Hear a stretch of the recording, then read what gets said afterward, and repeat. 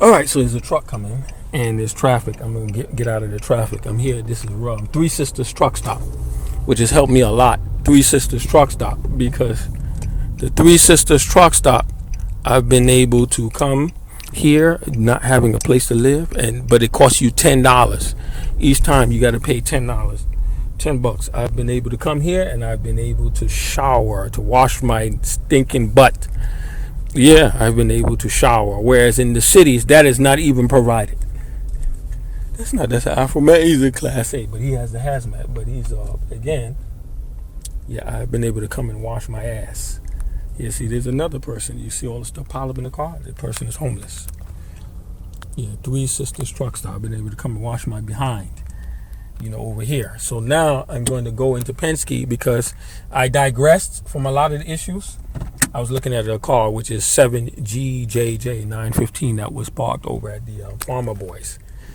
I tried to talk about it, but I couldn't. It had a satanic moment here with this tablet. I'm filming from the tablet. It's 8:13 in the morning. I had a satanic moment. It cut right off the tablet. So the thing is, truck wash, certified truck scales, and the main thing, the showers in the bathroom. And I couldn't shower, to wash my behind. So, being that I do have a Class A, and the Class A that I have was provided to me by a man who was white, Southern ancestry. He was a Southerner. But he relocated to the Bay Area, Mr. Fred Sloan.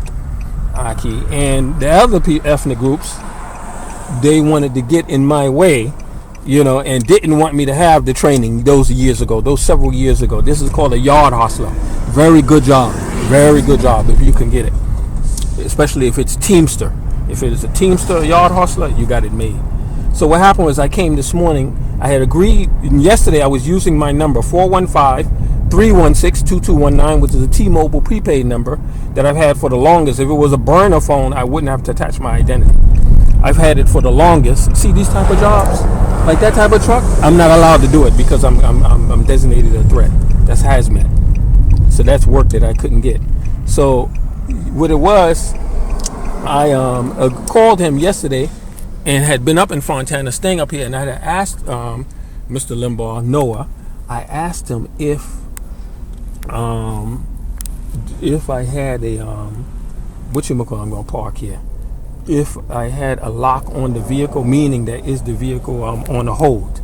And Noah Limbaugh told me, yes, there is a hold. Don't worry about it. There is a hold.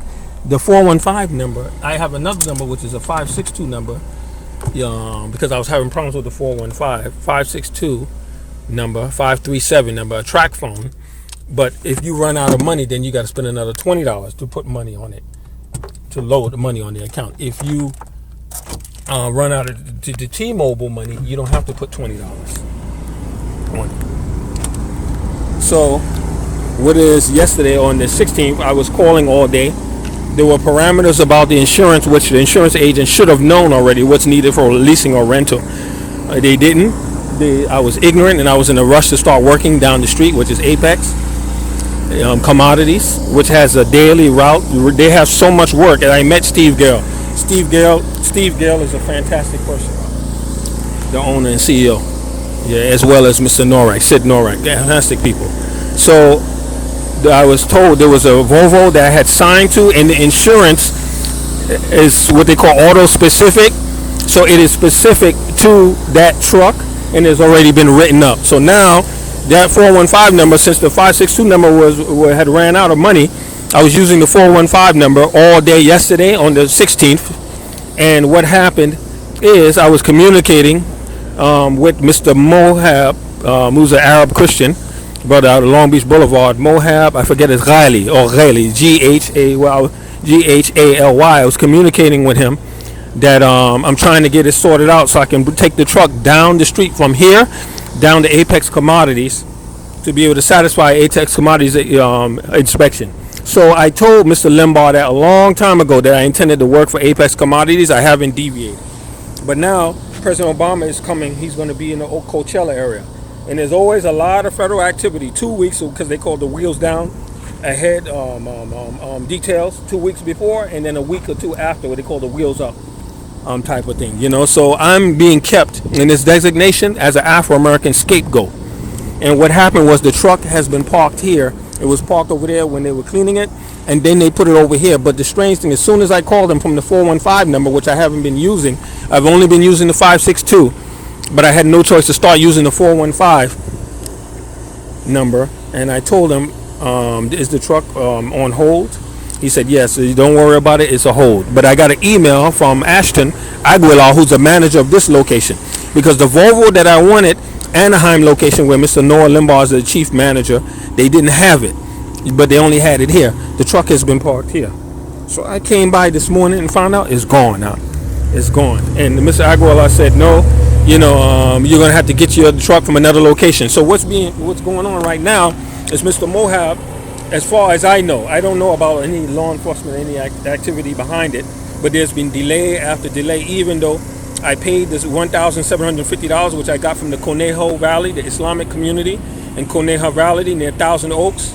They spent that money, and now there are efforts outside of that from activities. I told the imam and I warned him, and he said, no, what are the people, the government worried about you? They got much more serious people to deal with you. You ain't nobody. There's that continuous argument that I'm nothing, that as I was told by single intelligence agents at the behest of U.S. officials. I was told that I was nothing, that I was worthless, that I was slime when I was locked up and chained to a wall with no charges in Singapore. I was told that. So the imam, he rated it to me, Imam Patel, that, why does the government don't have to worry about you? He said, you're nobody important. You're not worthwhile. You're not, they have real better issues to deal with than you. But he doesn't know that the Muslims always discount racial bigotry, racial discrimination, where with their fair skin, they're not subject to. We are, So the thing is that when I told Mohab to do it, he said, okay.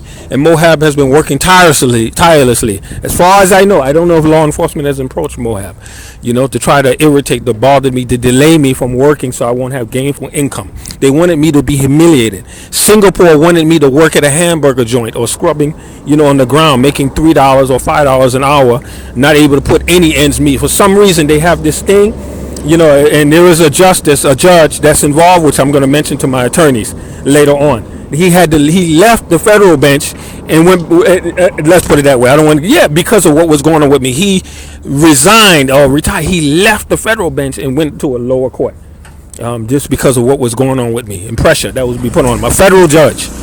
So I pleaded with him, and the truck that I wanted was a white Volvo truck. It was a day cab. And I had pleaded.